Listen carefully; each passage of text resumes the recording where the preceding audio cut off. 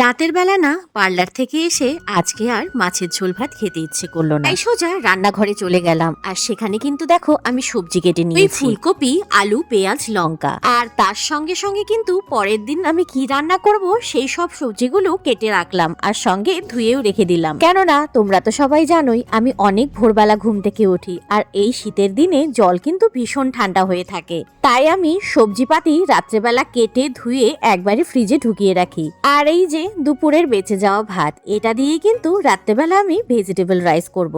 আর এই দেখো এখন যেরকম অন্ধকার দেখছো, ঠিক ভোরবেলাও কিন্তু এইরকমই অন্ধকার থাকে যখন আমি ঘুম থেকে উঠি। তো যাই হোক, এই ভাত ভাজাটা কিন্তু গরম গরম খেতে ভীষণ ভালো লাগে।